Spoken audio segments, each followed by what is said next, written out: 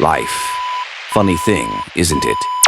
One day you're dancing in the warmth of love and security, and the next, you're drowning. No warning, no time to catch your breath. It's like standing under a clear sky, only to be struck by lightning. This is not just any story, it's Rosaline's story. A woman I watched from afar at first, quiet, gentle, the kind who spoke little but carried the weight of the world in her eyes. She was the wife of Richard, a sailor, strong, disciplined, and full of dreams. You'd hear his laughter before you saw him. That kind of man. The sea was his second home, but his heart, that belonged to Roseline and their children, Jason and Blessing. Their house was small, rented, nothing extravagant. But when Richard came home from his long voyages, it came alive. The man would lift Jason high into the air until the boy squealed with laughter. He'd carry Blessing on his shoulders, and the little girl would refuse to come down. Roseline would stand by the doorway, arms folded, eyes shining with love. That kind of love that doesn't need words. Richard had a dream. One day, he'd always say, "We'll build our own house, Rose. A real one, on the land I'm working on. Just be patient." She believed him. Every word. He wouldn't let her work. "You're raising our kids. That's a full-time job already." She offered more than once to support, but he refused. He wanted to carry it all. That was the kind of man he was. Their life was simple, no riches. But there was joy, real joy, and family. Oh, the house was always full when Richard was around. His sisters, cousins, uncles, they came and went like they owned the place, laughing, eating, praising Roseline to her face. "Ah, our wife," they'd say. "You're the glue that holds this family together." Promises upon promises. If you ever need anything, you know we're here. But let me tell you something. Promises made in laughter are often forgotten in sorrow. Then came the storm. It started like any other day. Roseline stood outside watching the clouds gather. Her gut twisted. Something didn't feel right. She hadn't heard from Richard. The sea had been unusually angry, or so the news said. But she clung to hope. Days passed, then weeks. She didn't eat much.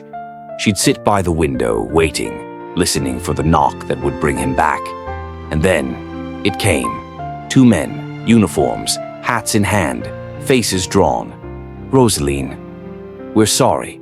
Richard's ship capsized. There were no survivors." She didn't cry at first, just stared. Her body went still, like someone pulled the life right out of her bones. Then her knees gave out. The children screamed. Jason, 7, trying to be strong. Blessing, just 4, confused and terrified. She held them, rocked them, not saying a word, because how do you explain to children that their father, their hero, is never coming back? The family came, of course. Oh yes, in large numbers. They wailed louder than anyone, cried for the cameras, made speeches. "We will never abandon you, Roseline." But time has a way of revealing truth. The funeral ended, the food was cleared, and so were they. First it was missed calls, then silence. Roseline was alone. Bills piled up. The landlord grew impatient. She begged, pleaded. "I just need a little more time." But time didn't pay rent, and when the final notice came, she packed what little she had into 2 worn bags. One for her, one for the children.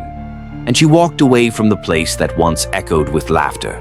But she wasn't empty-handed. No, she had one last gift from Richard.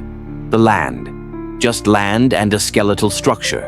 No roof, no walls, no plumbing, but it was theirs. They moved in. At night, they huddled under a torn mosquito net. Rain leaked in. Rats scurried across the floor. Hunger gnawed at their stomachs like an angry beast. She sold her wedding jewelry to buy Gary. She skipped meals so the children could eat. Jason stopped asking questions. Blessing stopped smiling. But Roseline, she didn't stop. She worked. Anything. Washing clothes, selling puff-puff on the roadside, carrying loads for market women. People whispered, "Wasn't she Richard's wife? See how far she's fallen." But none of them helped. Then one day, a woman from the neighborhood, a widow too, saw her pain. "Roseline," she said, "I have something for you." It was an old, rusty sewing machine, the kind that squeaked with every turn. "Learn this. It may save you." She'd never sewn a thing in her life, but what choice did she have? At night, when the children slept, she practiced. She pricked her fingers. Bled cried, but she learned. With time, her stitches straightened. Her lines became neater. She started by mending old clothes, then sewing wrappers, then uniforms. Word spread. "Go to Roseline," they said. "She's good." And soon she was earning more than she ever thought possible. She fixed the leaking roof, bought a wooden door, painted the walls, bought a bed, sent Jason and Blessing back to school with uniforms she made herself. The children began to smile again, and one evening she sat outside watching the sunset, listening to the laughter of her children, and she whispered, "Richard, I did it. Life had tested me. It had taken my husband, abandoned me, stripped me of everything I thought I had. But it also taught me, 1. Financial independence is crucial. A woman must always have a source of income, no matter how well her husband provides. 2. Family support is uncertain. The ones who celebrate with you may not stay when times turn hard. 3. Preparation for uncertainty. Life is unpredictable. Always be ready. 4. Resilience is strength. When left with nothing, we must find the courage to rebuild. 5. Skills can save you. Learning a trade or craft can be the difference between survival and despair. I lost Richard to the sea, but he left me a foundation.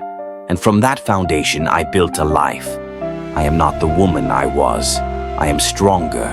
I am unbreakable.